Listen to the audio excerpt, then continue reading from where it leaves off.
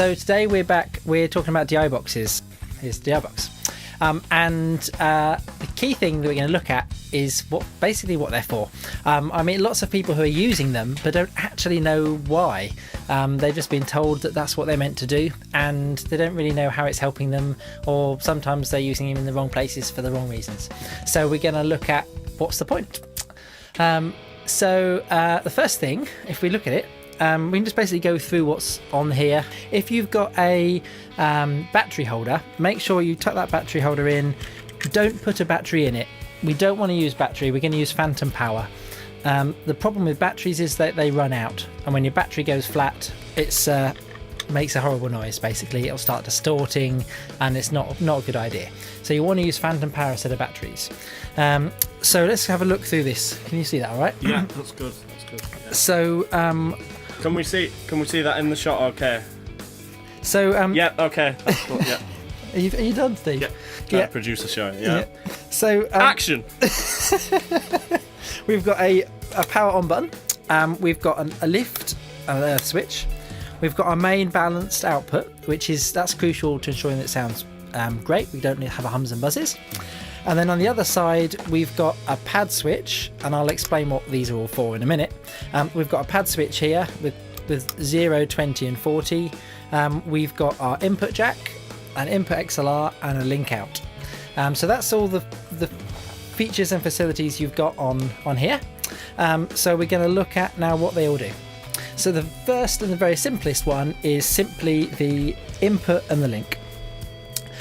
So Steve's going to do a little sketch, maybe up there or maybe up there, but basically the idea is that you plug your guitar, your bass, your piano, your something like that in there, and then this link out can go to the amplifier, your local amplifier.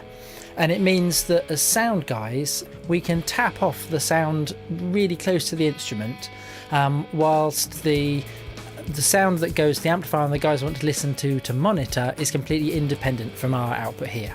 So basically, at the very simplest level, this box is a splitter.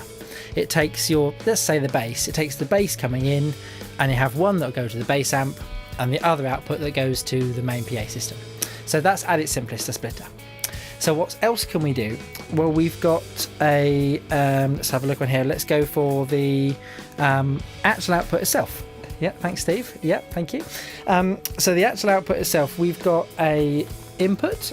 If you look here, is a mono jack, which I've got one of those around here. Here's a mono jack. Can you see that? And here's the input it's going to go into, and that's what you'd normally have on your guitar or your bass or piano, etc.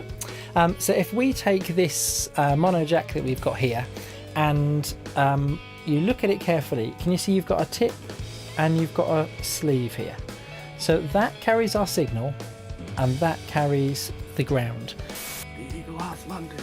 Then we need to take it into this DI box, because that is what's called an unbalanced signal. It's only got the main level and the ground. So we're going to take it into here, and we're going to get the output coming out. And can you see on here, can you see that? Oh, sorry. Good there. That's good there. Yeah, producer check, please. Thank you. So you've got pin 1, then pin 2 on this side, and then pin 3 at the bottom. So pin 1 is the ground, which is the same as what we've got on here. Pin 2 is the tip, which is the same as what we've got on there, which carries our main signal. And then we've got this extra third pin, which is acting a bit like a noise cancelling line. And that extra third pin is what makes this balanced. And the key difference is that when we look at this one, the audio is the difference between the ground and the tip and the signal. On this one, the audio is the difference between these two signal lines. And so they behave as a balanced pair. They're the inverse of each other. So what that means is this ground is no longer part of our audio circuit, which is in itself a good thing. But also we can do some clever things with that balance line when we get to the other end. So let's look now at why a balance line is good. Okay, that's a big case. Yeah. Can I get a rewind? So let's look at why a balance line is good. So on a balance line, we've got those 3 lines. We've got the hot, we've got the cold, and we've got the ground. So for the minute, let's ignore the ground and let's just think about the hot and the cold. So you can see on this sketch here, we've got the hot signal there, then we've got the cold signal. If we then take those signals all the way down our multi-core or our long XLR, etc. It's going to pick up noise, hum, buzz, etc. on the way. Now imagine that we picked up some noise. Let's put a lump of noise on this along the way. Can you do that, Steve? Give us just a lump of noise. Great, thank you. When we get to our microphone preamplifier in the actual mixing desk itself, what it's going to do is, in effect, it's going to take that cold signal, turn it upside down, and then it's going to add these two together, or it's going to look at the difference between them. So what you can see is our original signal that we had on our mono unbalanced jack. That original signal is now fully preserved, but the noise itself is cancelled out, which is great. So a balanced line, you can send it a long way, you can cancel out the noise on the journey, and that's why it's important.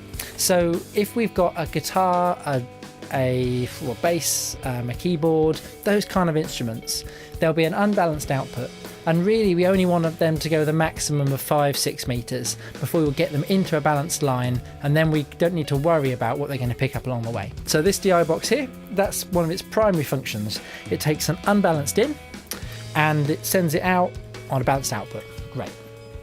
So what else can this box do? So we've got a splitter, we've got an unbalanced to balanced. So another thing that this box is absolutely great at is that it's going to enable us to adjust the input level. So we've got here a 0, 20 and 40 dB pad. So this can't make it louder, but what it can do is it can enable us to attenuate a really strong signal.